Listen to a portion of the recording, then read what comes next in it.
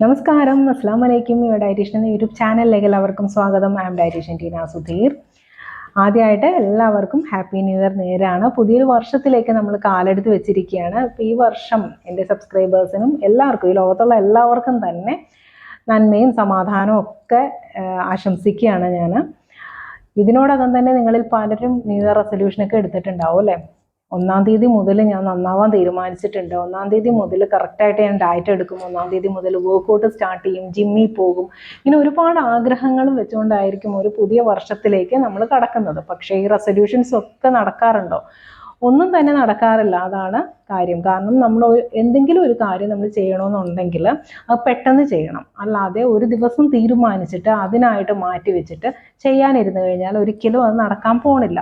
അങ്ങനെയാണ് ഡയറ്റിൻ്റെയും വർക്കൗട്ടിൻ്റെയും life style ചേഞ്ചിൻ്റെയൊക്കെ കാര്യം. നിങ്ങൾക്ക് ചെയ്യണമെന്നുണ്ട്, നിങ്ങളുടെ ഹെൽത്തിന് വേണ്ടിയിട്ട് നിങ്ങൾക്കൊരു കാര്യം ചെയ്യണമെന്നുണ്ടെങ്കിൽ നിങ്ങൾ ജസ്റ്റ് പിറ്റേന്ന് തന്നെ സ്റ്റാർട്ട് ചെയ്തോളൂ. അതിനായിട്ട് ഒരു സമയം മാറ്റി വെക്കേണ്ട കാര്യമില്ല. നീ എന്തൊക്കെ റെസൊല്യൂഷൻ എടുത്തിരിക്കുന്നത്? ഡയറ്റ് എന്ന് പറയുന്നത് ഒരിക്കലും ഒരു പട്ടിണി കിടക്കുന്ന ഒരു കാര്യമൊന്നും അല്ല കേട്ടോ. ഡയറ്റ് എന്ന് പറഞ്ഞാൽ കറക്റ്റ് സമയത്ത് ഭക്ഷണം കഴിക്കുക എന്നുള്ളതാണ്. കറക്റ്റ് സമയത്ത് ഭക്ഷണം കഴിക്കുക, ഹെൽത്തിയർ ആയിട്ടുള്ള ആഹാരം കഴിക്കേണ്ടതാണ്. അതുപോലെ തന്നെ പോർഷൻ കൺട്രോളിൽ ഭക്ഷണം കഴിക്കുക. ഈ കാര്യങ്ങളാണ് നിങ്ങൾ മെയിനായിട്ട് ശ്രദ്ധിക്കേണ്ടത്.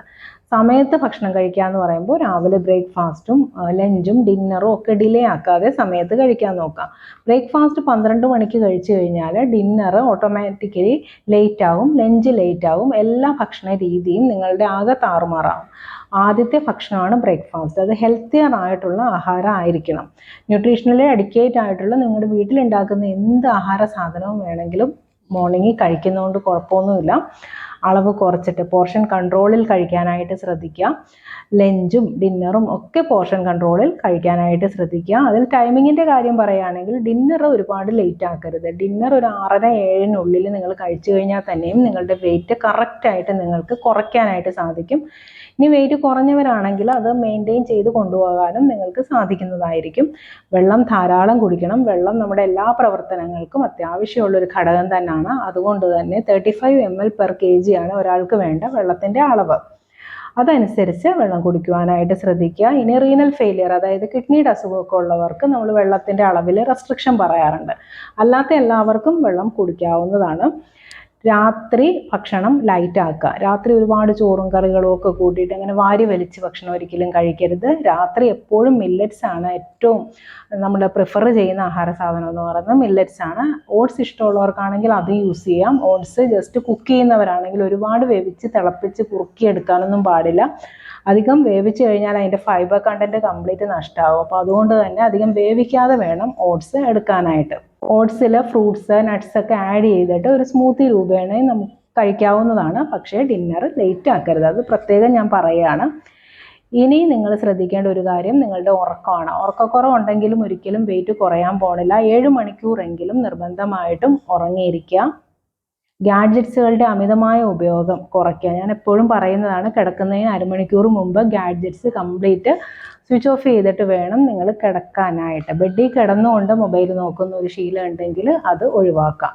ഫാസ്റ്റ് ഫുഡ്, ജങ്ക് ഫുഡൊക്കെ നിങ്ങളുടെ ഡയറ്റിൽ നിന്ന് തന്നെ എടുത്തു മാറ്റേണ്ടത് അത്യാവശ്യമാണ്. ഫാസ്റ്റ് ഫുഡൊക്കെ കഴിച്ചു കഴിഞ്ഞാൽ അത്രയും കാലറി നമ്മുടെ ഉള്ളിൽ ചെല്ലുകയും വെയിറ്റ് ഒരിക്കലും നിങ്ങൾക്ക് മെയിൻറ്റെയിൻ ചെയ്ത് കൊണ്ടുപോകാനായിട്ട് സാധിക്കില്ല. അതുകൊണ്ടാണ് ഞാൻ പറയുന്നത്, ഒക്കേഷണലി വല്ലപ്പോഴും ഒരു മന്ത്ലി വൺസ് ഒക്കെ നിങ്ങൾക്ക് യൂസ് ചെയ്യുന്നതുകൊണ്ട് കുഴപ്പമൊന്നുമില്ല. റെഗുലർ യൂസേജ് കംപ്ലീറ്റ് ആയിട്ട് ഒഴിവാക്കേണ്ടതാണ്. ഫ്രൂട്ട്സും വെജിറ്റബിൾസും ഒക്കെ കൂടുതലായിട്ട് നിങ്ങളുടെ ഡയറ്റിൽ ഇൻക്ലൂഡ് ചെയ്യുക. ഇത് ഞാൻ എന്തുകൊണ്ടാണ് പറയുന്നതെന്ന് വെച്ചാൽ പല ന്യൂട്രിയൻസിൻ്റെ ഡെഫിഷ്യൻസി കാരണം, ഇപ്പോൾ വൈറ്റമിൻ B12, വൈറ്റമിൻ ഡിയുടെ ഒക്കെ ഡെഫിഷ്യൻസി കാരണം നിങ്ങളുടെ വെയിറ്റ് കുറയാത്തൊരവസ്ഥ വരും. അതുകൊണ്ടാണ് ന്യൂട്രിയൻസ് റിച്ച് ആയിട്ടുള്ള ആഹാര സാധനങ്ങൾ കഴിക്കാനായിട്ട് പറയുന്നത്.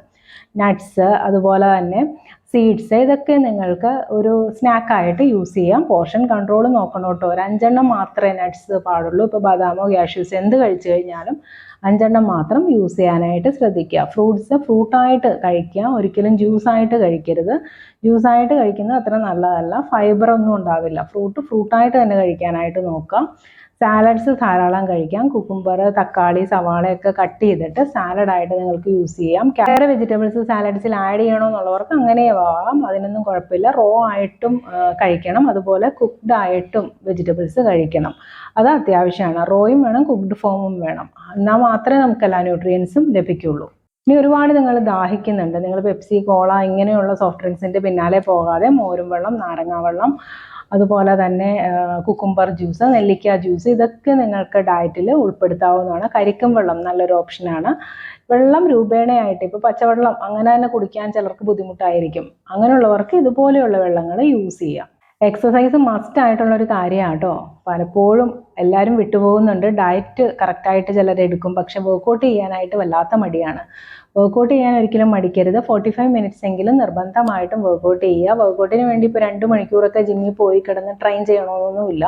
ഒരു 45 മിനിറ്റ് അതിനായിട്ട് മാറ്റിവെച്ചാൽ മതിയാവും. ഇനി നിങ്ങൾ റെഗുലറായിട്ട് കുറേ കാര്യങ്ങളും ശ്രദ്ധിക്കുക. വീട്ടിൽ ഇപ്പോൾ നിങ്ങൾ ഇരിക്കുന്ന സമയം അമിതമായിട്ട് കുറേ നേരം അങ്ങനെ മൊബൈൽ നോക്കിയൊന്നും ഇരിക്കാതെ ഒരു അരമണിക്കൂർ കൂടുമ്പോൾ ജസ്റ്റ് ഒന്ന് എഴുന്നേറ്റ് നടക്കുക, അതിനുശേഷം വീണ്ടും വന്നിരിക്കുക.